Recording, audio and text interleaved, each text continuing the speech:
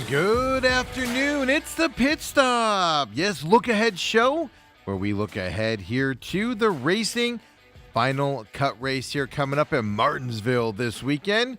After this weekend, all three series, Truck, Xfinity, Cup Series, well, we'll have the Championship 4 all set for Phoenix Championship Racing next weekend. And this show here, we look ahead to the racing coming up. We split the show up into two parts. Earlier in the week, we looked back at last week's racing there at Talladega, and did that. That is up on demand here at Robat TV, of course, also on the YouTube channel out there. So the free YouTube channel, just search the Pit Stop, comes right up for you. Sometimes you have to put with Steven on there for it to pop up. Of course, the show does a free podcast as well. It's on all the major podcasting services now. Just search at the Pit Stop Talk.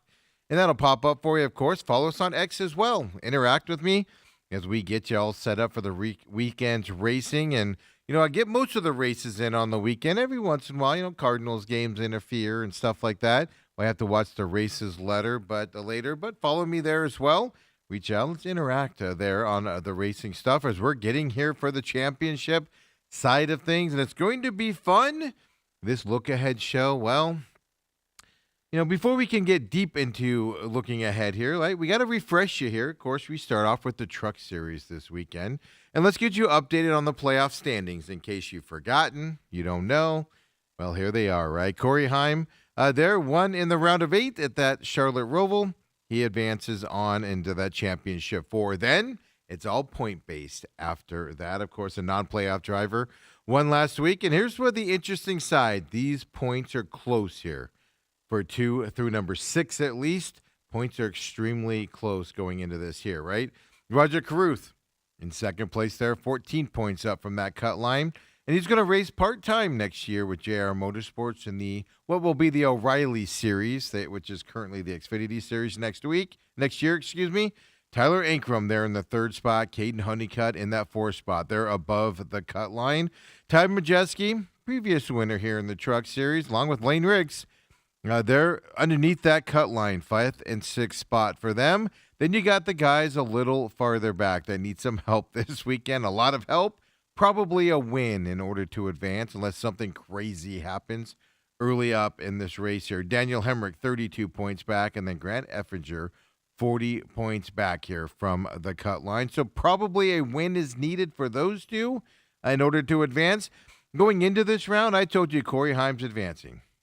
I told you Lane Riggs is advancing. I told you Ty Majeski is advancing in this round. I still think they're going to do it here with the racing this weekend.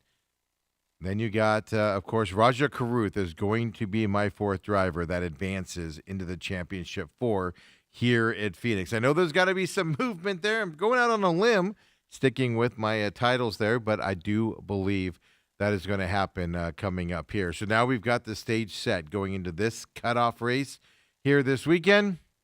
Only 3 of the drivers in the round of 8 have previously made that Championship 4. And the interesting part of it, right, is Effinger and Majeski are 2 of the drivers underneath that cut line. They know what it takes to get to that Championship 4.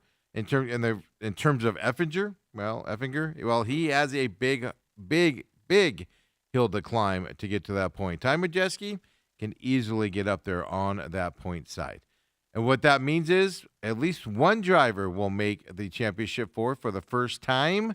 And I agree with that as well. I would actually say 2 drivers will, because I think Ty Majeski will get up there. Grant Effinger, I don't know so. We'll have my pick coming up at Martinsville here in just a little bit. A driver below the cut line entering the round of 8, meaning the guys that entered the round of 8 in the cut line.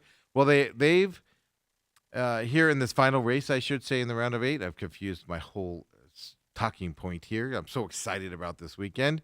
Well, so the round of 8 finale, if you're below the cut line, one of those drivers has actually won the race to earn a spot in the Championship's 4 spot, and it's happened twice. Interesting enough, Grant Effinger did it there. 2020, he was 42 points below the cut line. He's pretty dang close to 42 points below the cut line now. Now, the difference is for him, that was not a Martinsville race that he won in 2020. They didn't race in Martinsville in 2020 in the Truck Series. So it wasn't Martinsville, but he has won a race in the finale of this cut round in order to advance to the championship four. Will it repeat itself coming up? Zane Smith, by the way, was the other one in 2021. He was 40 points below the cut line. Again, also not Martinsville, and Zane Smith's not in this playoff hunt. And you saw the points there. No driver has overcome a deficit of 10 or more points in the final race of round two, this is it, the round of 8 here in the Truck Series, to make that championship four on points. That is why I also agree. Now, why those last two spots, Daniel Hemrick, Grant Everett, they have to win to move on. You do not make up those points in the final race. Hasn't happened before in order to point in. You have to win the race to advance. If you're those two drivers, and that kind of those statistics kind of back that up going into this race here for the Truck Series. A driver below the cut line entering the round of 8 finale, well, he's won to earn the championship four spots, as I just told you twice, right? Zane Smith, Grant Everett, pointing that out again because Everett was not in Martinsville, but he's been there before. Interesting enough, Roger Carruth, I do believe Roger Carruth is going to advance unless something major happens to him early in this race this weekend. He's the only driver that can advance to the championship four on points without anybody helping him. He needs to score 47 points here at Martinsville in order to move on, guarantee his move on in points. He can lose it. I think he's on a mission. I think he's got a lot of positive side to him here that he will advance on points regardless of what happens this weekend. Now, will it be in the second spot or third spot? Will it be in the fourth spot? I don't know, but I do think he does advance here coming up. So Martinsville Speedway, as we got you set up on where the playoff standings are, they call it the paperclip out there. This racetrack is very, mostly you got high banking, coming out of turns 1 and 2, going into the front stretch, you got a little bit of a banking there. Going into turns 1 and 2, you have a big banking side of it. Not here. This racetrack, they call it the paperclip because it's built like a paperclip out there, folks. Not a lot of high banking, pretty much flat on the front stretch and the back stretch as you drive along, kind of like our roads that we drive on as well. And then you get into a small banking there into turns 1 and 2. So it is a different type of a racetrack there at Martinsville. It is not a big racetrack by any stretch of the imagination. Brakes, rotors, something to watch this weekend with the braking happening going into these turns. It's a .526 mile oval made out of asphalt. Basically a half a mile track here coming up. The Truck Series races Friday night, 6 p.m. Eastern time, which makes that 3 p.m. Phoenix time here as well, where we record this show from. It's going to be 105.2 miles here, so about 200 laps here for the Truck Series. Stage 1, it's kind of, 50 miles into this thing is where Stage 1 will end. Stage 2 will end on lap 100, so 2 50-lap stages there.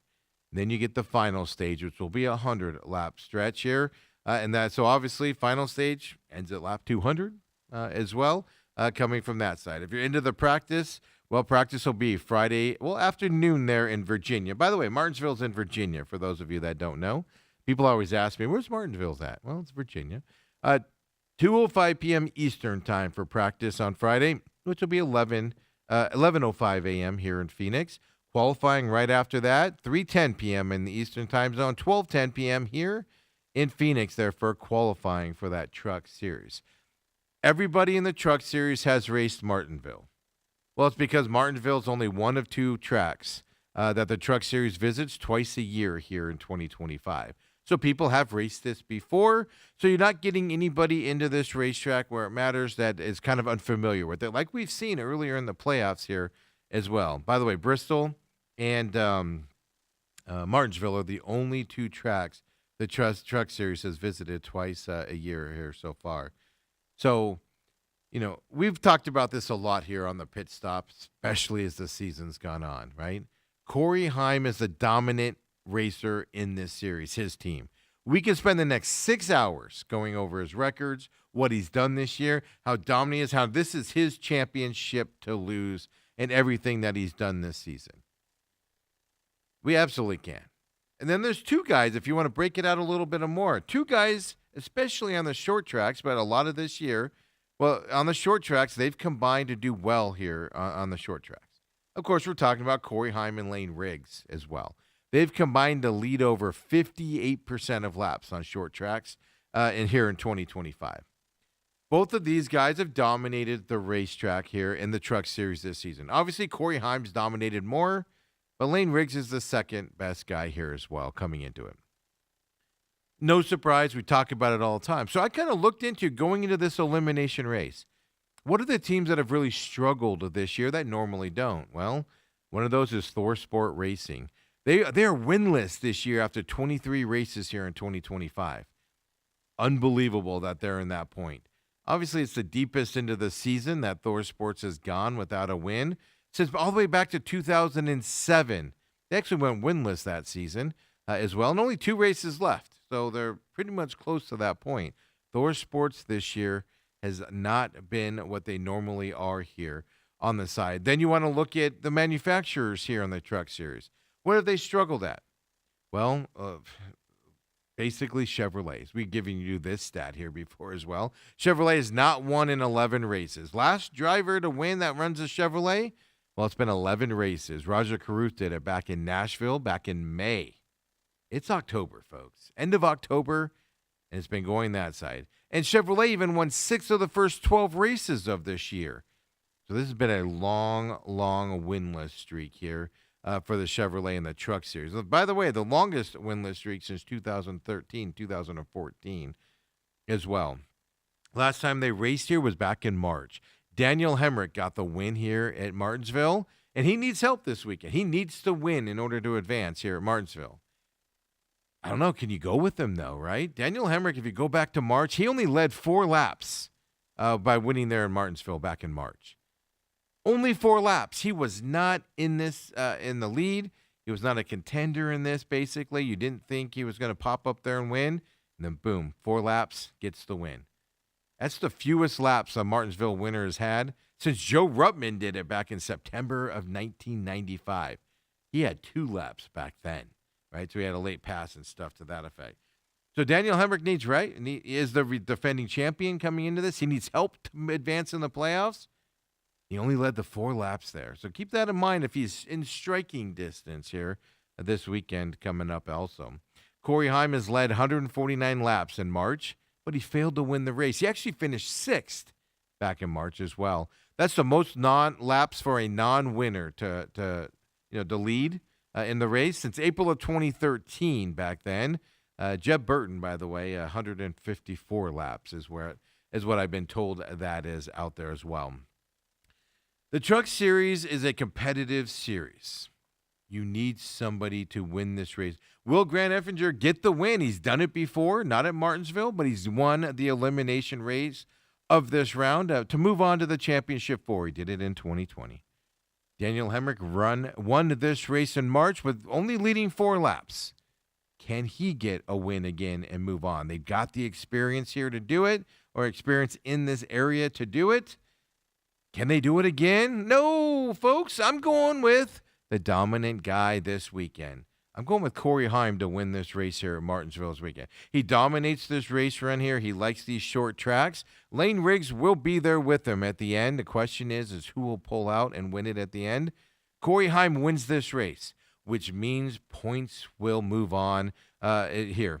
You need to get points in order to swap this up here. And I believe Ty Majeski and I believe Lane Riggs will be the drivers that pop up into that positive side and getting in along with Roger Carruth this weekend. Corey Haim winning this race. I want to see the points chaos happen here in the Truck Series.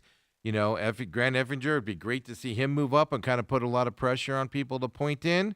I just think the points side of it will be more stimulating here in the Truck Series this weekend. So I went with the chalk guy, the guy that's favored to win the championship.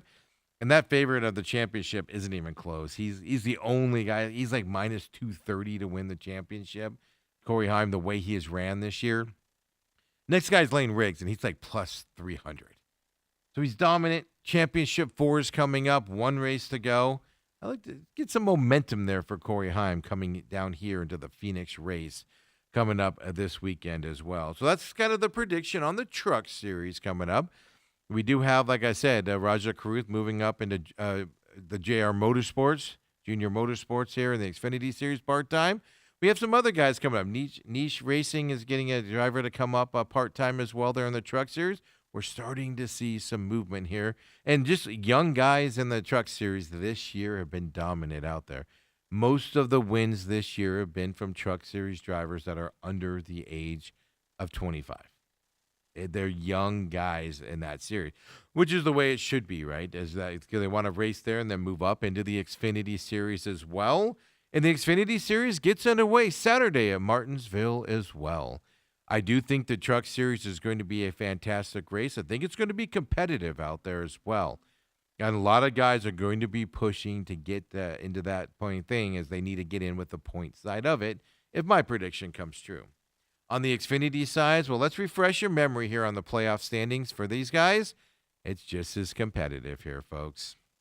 Yes. Now, two guys, Connor Zilic, the class of the Xfinity Series this year, already moving on. He's advanced to the Championship 4 based off of his points. So is his teammate, Justin Allgaier. He's advanced automatically to the Championship 4 with points as well coming up here. Those two are set there. So that leaves two spots available.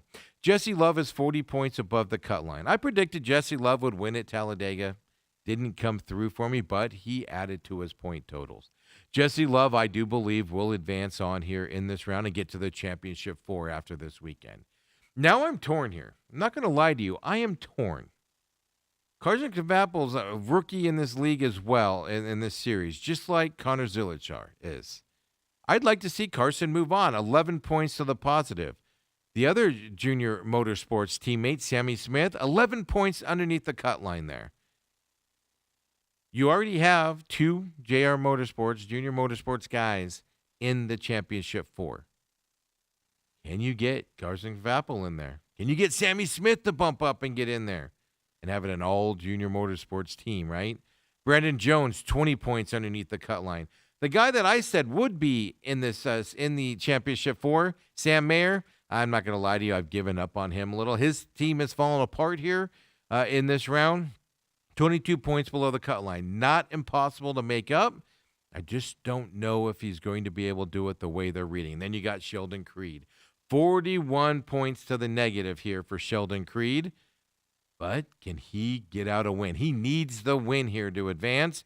Absolutely. Can he get it is kind of the question. In terms of the guys above the cut line, well, Jesse Love needs to score 28 points to clinch the spot there on points by itself.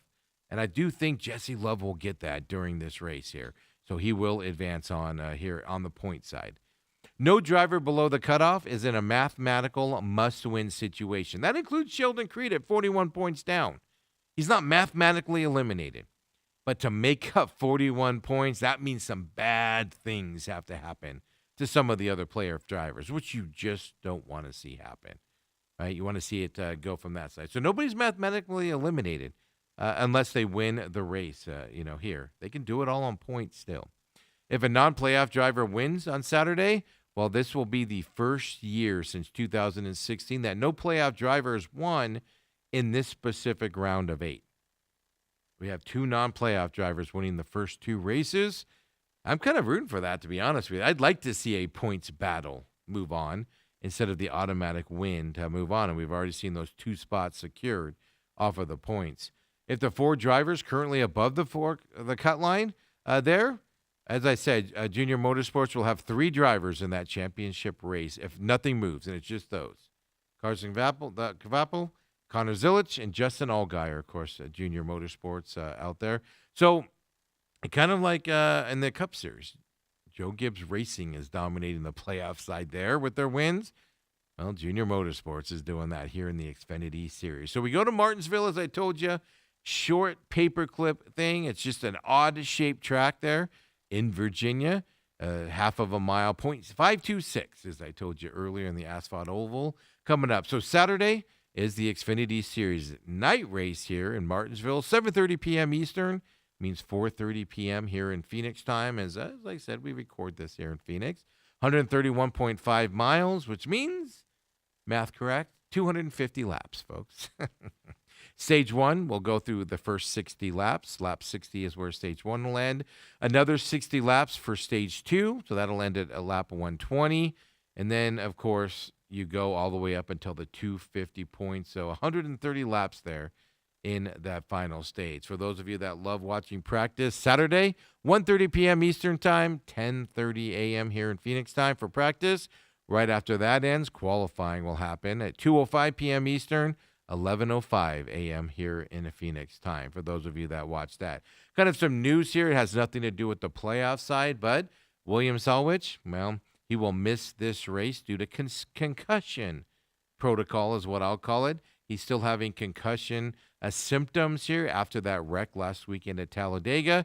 He will, in fact, miss this race here coming up at Martinsville this weekend. So what do we expect from Martinsville this weekend? It's a unique racetrack. Lots of braking. Guys are going to have to learn when to brake, keep their brakes cool, don't blow out your rotors, etc. And then we got 4 different drivers from 4 different organizations, one on short tracks here in the Xfinity Series this season. A lot of parity here on these short tracks. Joe Gibbs Racing have won 5 of the last 7 Martinsville races with 4 different drivers. On the Xfinity side, folks, Joe Gibbs Racing has won 8 of 13 playoff races altogether, Cup and Xfinity just this season. Joe Gibbs Racing is dominating the Xfinity and the Cup Series playoffs this year. 8 of 13, folks. Toyota, obviously, that means Toyota's had some success as well with Joe Gibbs Racing running the Toyotas. Toyota has won 12 of 18 playoff races, and that's if you do Cup Xfinity and you throw the Cups into that side, or the trucks into that side. Joe Gibbs Racing and Toyota having a playoffs here as well. 3 playoff drivers currently have top 10 streaks at Martinsville of at least 4 races. And this is fast because this means they run the race well. They don't always get the win, obviously, but a top 10 finish is going to give you points throughout the day. Justin Allgaier, who's already moving on to the championship 4. The other 2 guys, though, Sammy Smith, who's just below the cut line. He's battling it out for that spot against his teammate, Carson Kvappel. And then there's Sheldon Creed, who's the last spot there in the playoff runs. 42 points backwards for Sheldon Creed? Yes, these guys have top 10 streaks in Martinsville of at least 4 races. Allgaier, by the way, 6. Sammy Smith is 5. And then Sheldon Creed, 4 straight races, top 10 finishes. Sheldon Creed can make up those points. If he has a top 10 finish, it just depends how you finish the stages with your points, how far you finish ahead of guys, on that perspective. Sheldon Creed has 3 runner-up finishes at Martinsville as well. He runs Martinsville very, very well. Only Dale Jarrett and Larry Pearson are ahead of him with 4 runner-up finishes there. Sheldon Creed runs this racetrack well. He needs a win, and he needs a big run if he doesn't win to make up those points. He's still alive with that point side. So Jesse Love would clinch with 17 points here, so he doesn't have much to do to clinch. Jesse Love is going to advance to the next round unless he goes down in the first couple laps. Carson Kvappel, on the other hand, that rookie, well, he's going to need 46 points. It's doable, but obviously a lot harder work to get there. Everybody else, Sammy Smith, Brandon Jones, Sam Mayer, Sheldon Creed needs help here to advance on from that side. I told you, I root for chaos, but I'm also kind of go for my head on stuff, right? I told you on the truck series, Corey Heim dominates that racetrack. I'm sure he's PO'd. He finished 6th last time. I think he's going to recoup that here this weekend. Leave everybody else to the points. In the Xfinity Series side, we're going to see some chaos this weekend. Jesse Love, I think, is going to advance on points. So that leaves that 4 spot. Does Sammy Smith get it? Does his junior motorsports teammate, Carson Kvappel, get it as a rookie? Folks, I'm going with a guy that runs this race course very well. He's going to be there at the end. Not only is he going to advance in points and get up there in that top 4 and knock Kvappel out, he's going to win this race. I got Sheldon Creed winning the race this weekend at Martinsville, getting past that runner-up finish, at least winning the race and advancing on at minimum at points by getting up there at the end as well. So a little bit of chaos coming our way here this weekend, and the Xfinity side as well. As people are going to be watching this, as Sheldon Creed's up there in the front, people are going to be communicating and talking. And we'll have more on that communication and what NASCAR is looking for here later on when we get to the news segment here of the program. So you got Corey Heim winning the race there in the truck series and making everybody else point their way in. We got Sheldon Creed coming from the last spot. 42 points out going into this race. winning it this weekend and advancing into that championship 4. And now we got to talk Cup Series here, folks. And when we come back, we'll get into that Cup Series and what's happening this weekend, get you updated, plus all the news. Well, that 2311 Front Row Motorsports lawsuit that will never die. We got some updates. They had to have some settlement conference. They actually went in today to a court hearing on asking the judge to dismiss the case and rule in their favor. We got those updates coming for you. Plus some driver updates here as well. So come on back. It's the Pit Stop.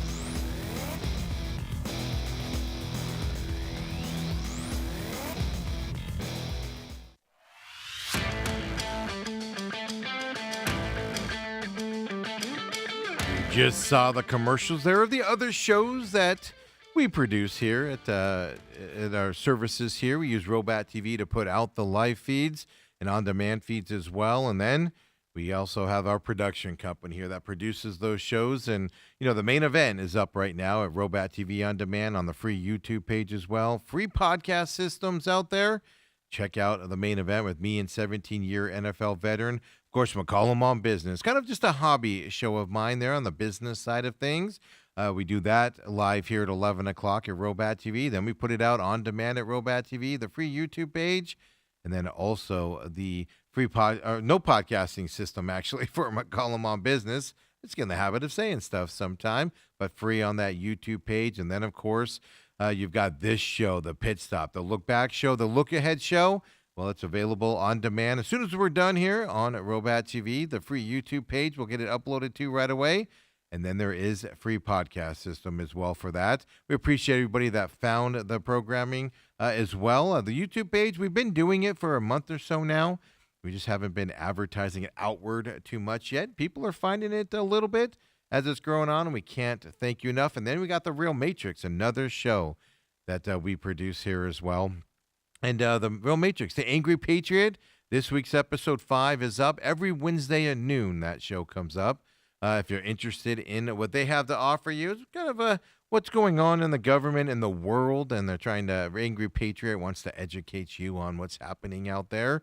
If you're into that type of stuff, well, check it out with The Angry Patriot. First 5 episodes are up at Robat TV on the YouTube page as well, and there is a free podcast of that show as well on all of your podcast systems. And then this show, of course, all your favorite podcast systems, the Pit Stop's up, the YouTube page. Join us, check it out, follow us, like and subscribe. And, of course, if you catch us here live or on demand at Robat TV, we appreciate it very much there. And those are the companies that we do, and we produce those shows here. Robat TV, of course, has the morning show. Women on Achievement happens tomorrow, and a lot of other exciting things around Robat TV that are separate from our stuff out there. Check it out. You might enjoy it, including Park University Sports. Kind of fun to watch there. I tune in from time to time, and it's fun to watch those guys there in college get their stuff done. Well, Cup Series is up now here, right? We have Corey Heim winning the Truck Series and everybody else having to point their way in. We got Sheldon Creed doing an upset this weekend and winning and advancing into the championship 4 from that last spot there, number 8 spot there in the Xfinity Series, knocking Carson Vappel out of that round and Sammy Smith elimination as well from the Xfinity Series. What do we have for the Cup Series? Well, we have to at least get you updated, remind you of where we stand with the playoff points here in the Cup Series, right? Chase Briscoe and Denny Hamlin both winning here in the round of 8. Obviously, advances on, so 2 spots are filled here coming up. Then you've got a big point lead over that elimination side. Christopher Bell, 37 points up. Kyle Larson, 36 points up. They're going to be battling out to see who can get in that 3rd spot in case there is a new winner here, meaning a guy in the bottom half of things to win this race. They're going to be battling it to get in that 3rd spot in case somebody on that bottom 4th spot wins this race this weekend. Yes, you can make up 36 points if you're William Byron. Yes, you can make 38 points there if you're Joey Logano. Ryan Blaney and Chase Elliott need a win to move on, folks, in my opinion. And from that point. So it is Christopher Bell and Kyle Larson are safe in terms of the point size. You're assuming they're not going to get knocked out of this race early. And they'll be picking up points throughout the race to stay safe on that side. Their danger is if William Byron, Joey Logano, Ryan Blaney, or Chase Elliott win this race, well, it's going to knock one of them out, and they need to battle that out to make sure that doesn't happen. Any playoff-eligible driver ranked 4th or worse in the playoff standings, well, they've won 5 of the last 8 playoff Martinsville races. People win this, including Ryan Blaney just a couple years ago. Was won this race to advance to the championship 4, being on that other side. This is the race where upsets happen here in the Cup Series. One driver that was below the cut line entering this final race moved on to the championship 4 in 5 of the last 6 seasons. And 4 of those were more than 20 points back entering this final race in Martinsville. It can happen, folks. William Byron, Joey Logano, Ryan Blaney, and Chase Elliott are not out of this by any stretch of the imagination in the Truck Series, in the Cup Series. This is what makes this race exciting. Christopher Bell and Kyle Larson, they don't just have to worry about themselves. They got to get to that 3rd spot. So if 5 through 8 win this race, they can't bump them out with that win. They are still in it, in the thick of things there at the 3 and 4 spot for those guys. So obviously Martinsville, we've told you already, 0.526 mile asphalt oval. It's a paperclip, as I said. The format of it, when you watch this race, it's going to be a funky looking race. It's not wide open like you see on the mile and halfers. Even the tracks like Talladega, not a lot of high banking here. These guys just roll around, brake hard into the turns.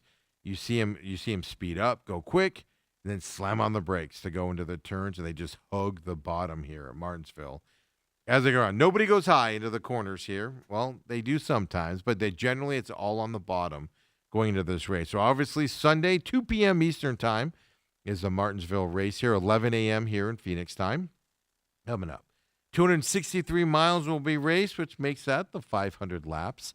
Stage 1, well, it's about 130 laps. Well, it is 130 laps. Stage 2 goes all the way to lap 260, so also 130 laps for Stage 2.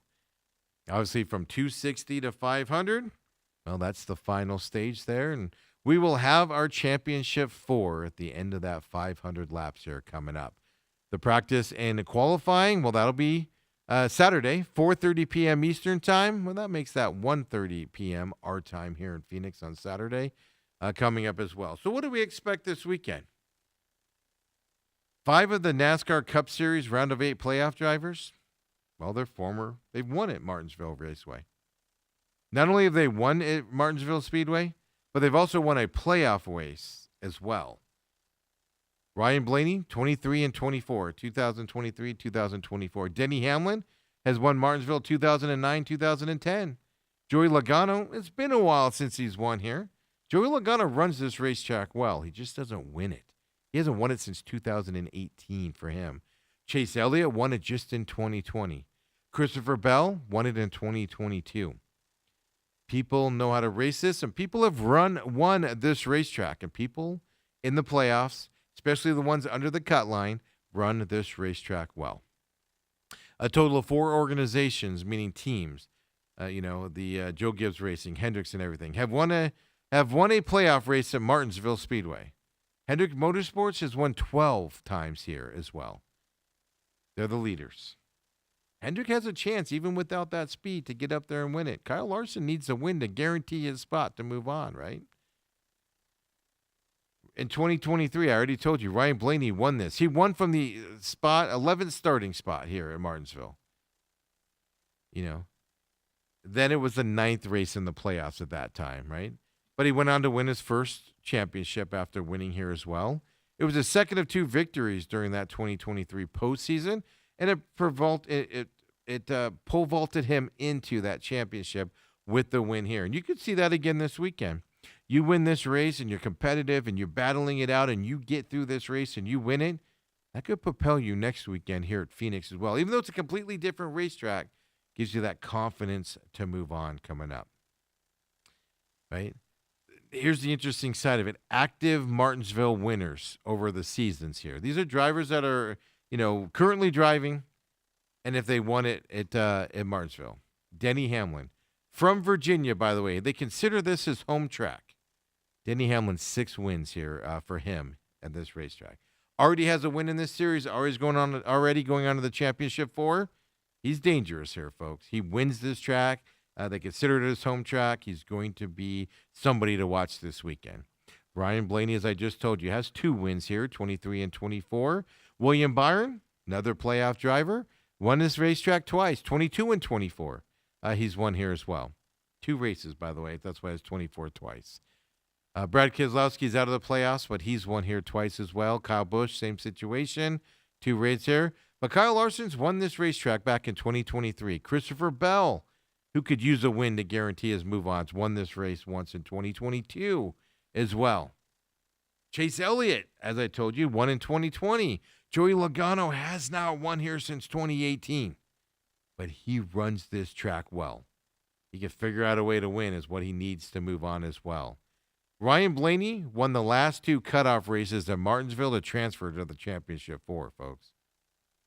Ryan Blaney, he's not afraid of the pressure going into this race. He knows he needs to win and have a great outing in order to advance, and he ain't afraid of the pressure. Either is Joey Logano, by the way. 4 or 5 short track races here in just this year, 2025. Well, they're won by current playoff drivers. The playoff drivers are here in this position because they're the best at a lot of these tracks. That stat right there proves it to you on these short tracks. 6 of the 8 playoff drivers actually have finished top 10 at Martinsville in the spring race. Top 10 is going to get you some points here. You need points in order to catch up to Christopher Bell and Kyle Larson. Hendrick Motorsports has 5. Joe Gibbs Racing has 5. Team Penske has 4.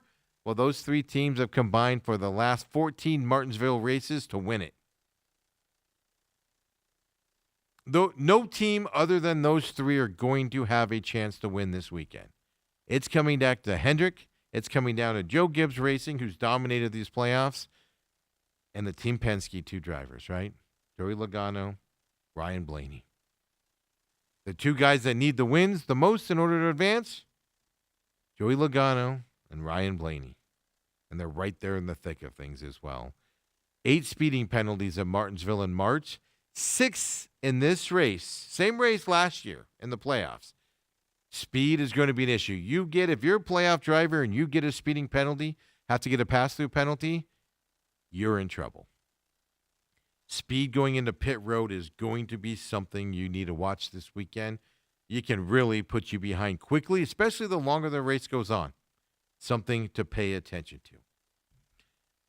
Truck Series, you told you the GOAT there in the Truck Series this year, Corey Heim's going to win that. It's going to go down to points. We told you already, Sheldon Creed is going to come from that last playoff spot and win the Xfinity Series and knock out the rookie, Carson Kvapil, in that one as well. I think the same thing's going to happen here. Does Ryan Blaney's luck run out? That's a question. Does Joey Logano's luck happen where he can actually win the race here instead of just competing in the top and get those top 10 finishes?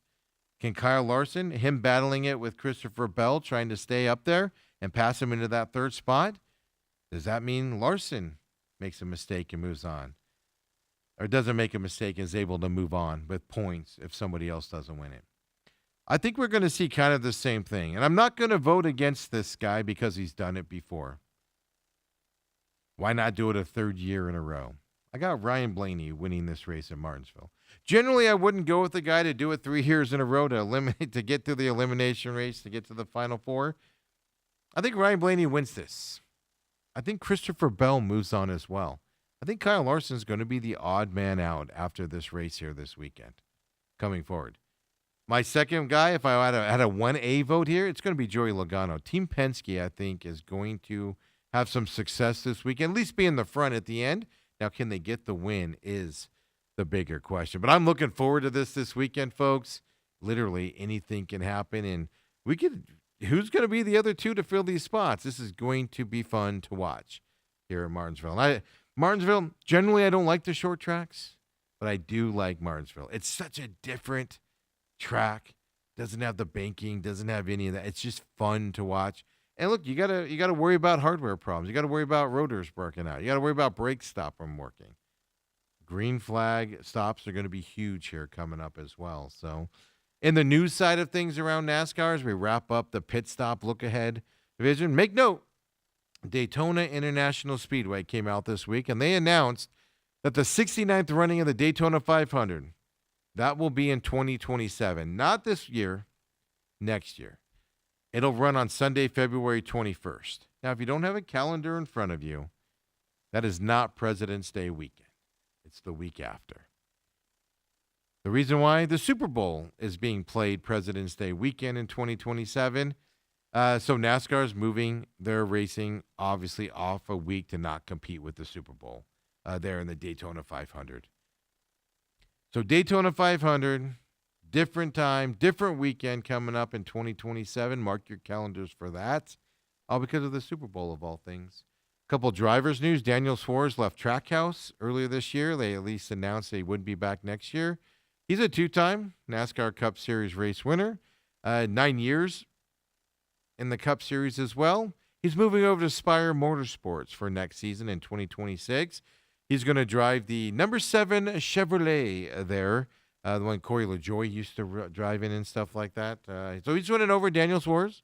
As going over to that to run with Spire Motorsports next year for him. The other thing is Zane Smith. He's signed a multi-year extension with Front Row Motorsports.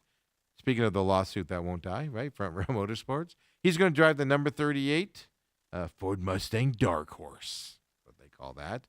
So Zane Smith, multi-year extension for him. It's his second season as a full-time NASCAR Cup Series driver. This year he's earned 3 top 5 and 10 top-tier career finishes. He did win the pole one time. This is his first year with this team, Front Row Motorsports, his first full-time season. Last year, well, it was in the number 71 car there for Spire Motorsports before he went back to Front Row Motorsports where he had driven before as well. So 2 moves there by drivers, and we have some more coming up is the bigger question. Hey, NASCAR unveiled the San Diego track this week as well, right? This is the racetrack that's going to happen on the military base there off of San Diego and the island of Coronado there. Go ahead and throw up the track layout here. I know it's hard to see because of the layout here. This is going to be the longest track on the circuit for next year. So they did a digital renderings, with this map here. It's going to be 16 turns, 3.4-mile street circuit there at the Naval Base Coronado. It's going to give you some areas where they're going to be able to go high speed. It's obviously going to have amazing views there on Coronado Island as well. It's going to provide Star-Spangled Backdrop is how they phrased it, and is obviously celebrating the 250th anniversary of the United States Navy. The race happens there in Coronado and San Diego, June 19th through the 21st of next year. I already told you it's the longest course in the schedule next year. 16 turns, folks. 16. And they have a couple 90-degree turns in there. I mean, look at turn 7 and turn 8. You miss those turns, right? You're going to be in the ocean. You're going to be in the ocean. Some of those 90-degree turns you got to deal with here on that side. Look at on the bottom right-hand side, turn 1, going into turn 2. Look at that sharp left. Going into turn 3, another sharp left. Whew.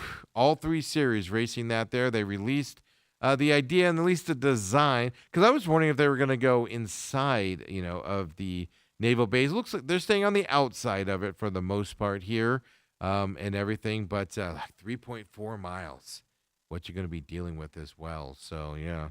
Woo-wee. 2 90-degree turns there in turn 2 and 3. Turns 2 and 3, they're right off the bat is what you'll be working with here on that. So they released the renderings at least on what that track will look like coming into next year. And then we got the lawsuit that will never die. I'm convinced even when December 1st comes, when they go to trial, it's never going to end. NASCAR attorneys, the lawyers for 2311 and Front Row Motorsports, they all got together yesterday. I don't even know what day it is here. It's late in the week, Steve. They got together Tuesday, early this week. They did a settlement conference. They didn't reach an agreement to settle this lawsuit or anything. Both sides, though, did say they would meet again. They said they'd meet on Wednesday, but some other things have happened. They're going to continue to meet for further discussions out there. And I think both sides realize they need to settle. The question I got, though, is who has the ability to pull that trigger and settle? I think NASCAR feels confident they're going to win this lawsuit. I'm confident NASCAR is going to win the overall battle. They're going to get chunks of flesh knocked out of them, though, and if this goes to trial. They'll win it ultimately, but what will the cost be? 2311 Front Row Motorsports, they might not have teams after this goes through, right? So it's a big deal for them. So I was kind of like, oh, this is going to settle. Well, I'm not sure it's going to settle now as they get together to meet for that. Here is the statement from 2311 Front Row Motorsports, their lawyer there as well, Jeffrey Kessler. I'm going to read the quote here. My client's goal has always been to provide opportunities for growth and stability for every team, and they remain steadfast advocates for a fairer, stronger sport. Today's hearing confirmed the facts of NASCAR's monopolistic practices and showed NASCAR for who they are, retaliatory bullies who would rather focus on personal attacks and distract from the facts. My clients have never been more united and committed to ensuring a fair and competitive sport for all teams, partners, drivers, and fans. We're going to trial to hold NASCAR accountable. They're not settling. This is going to trial. By the way, that statement was Thursday, after they had their court hearing, which we'll talk about in just a minute. There's no settlement coming. They're still talking. Everybody talks tough. Then you get behind publicly, and then you get behind the scenes, and you're there. My whole thing on this is no, the other teams don't want you to help them. The other teams are fine with the system. The other teams actually have put statements on the record in court saying they think this lawsuit's stupid and they want it to settle. They don't agree with you guys, 2311 and Front Row Motorsports. But yet, 2311 and Front Row Motorsports are like, we're trying to save NASCAR. They don't want to be saved. Who are you to save them? I don't get it, right? I don't get it. But then the other update here is on Wednesday, or Thursday morning, I should say. Kenneth Bell, the judge over this trial, he did not issue a ruling in NASCAR's or the team's request for that summary judgments in their favor. This is the one where the judge just rules in the favor and goes on. We knew he wasn't going to issue a ruling today, but the hearing lasted 3.5 hours.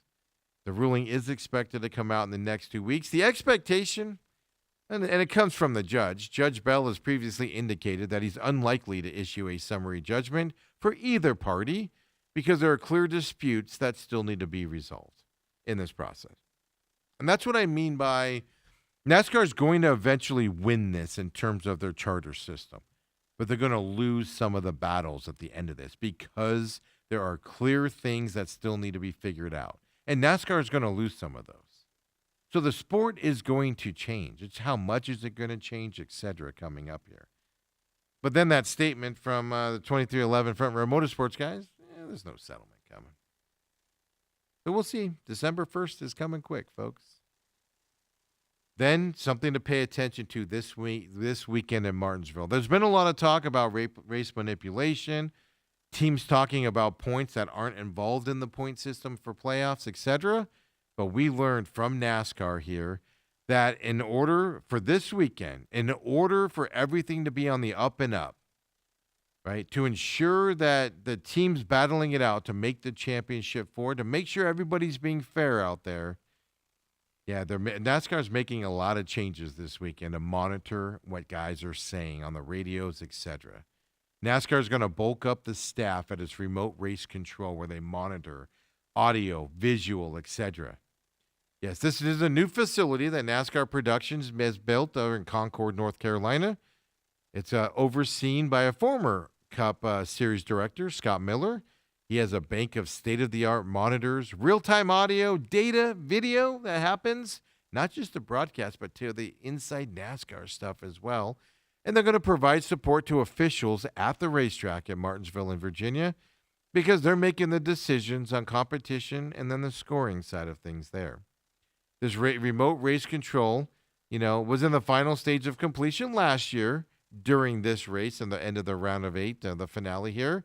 And it resulted in 2 massive penalties to several teams and drivers for manipulating that race in Martinsville last year. Remember how that ends, right? Guys blocking guys, talking about it. Teammates blocking guys and not letting guys get past. And penalties came out of it from that side. So all 3, of course, National Series determine their championship foursomes this weekend.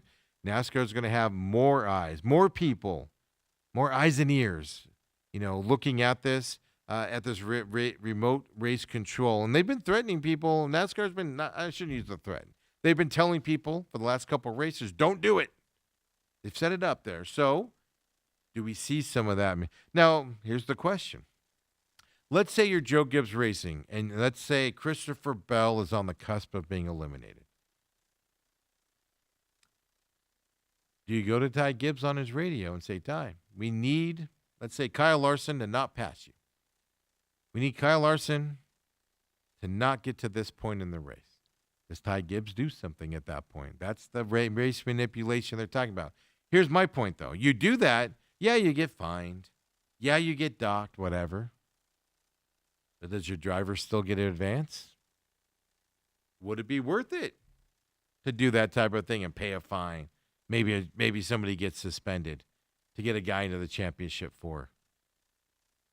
I don't know. I don't know if it's a deterrent here coming up in terms of fines and stuff. Coming up, will they take a Final Four driver out of the contention because of something the team does? I think that would have to be pretty egregious for that to happen out there. But it is something my crazy mind thinks about, folks. Yeah, I want to thank you for joining me for the Look Ahead show. Don't forget, on demand on YouTube, any podcast system out there, just search the Pit Stop Talk. Of course, follow me at the Pit Stop Talk as well on X, folks. Well, we'll be back early next week. We'll be in Championship 4 contention area. On Monday, we'll do our look back show over the racing here at Martinsville. And of course, later in the week, we'll look ahead to that Championship 4. That's right, here in Phoenix. Coming up, last championship race here. NASCAR season's wrapping up here, folks. Crowning some champions here in just a week and a few days here. So come on back. We'll see you next week. Have a great weekend of racing, folks.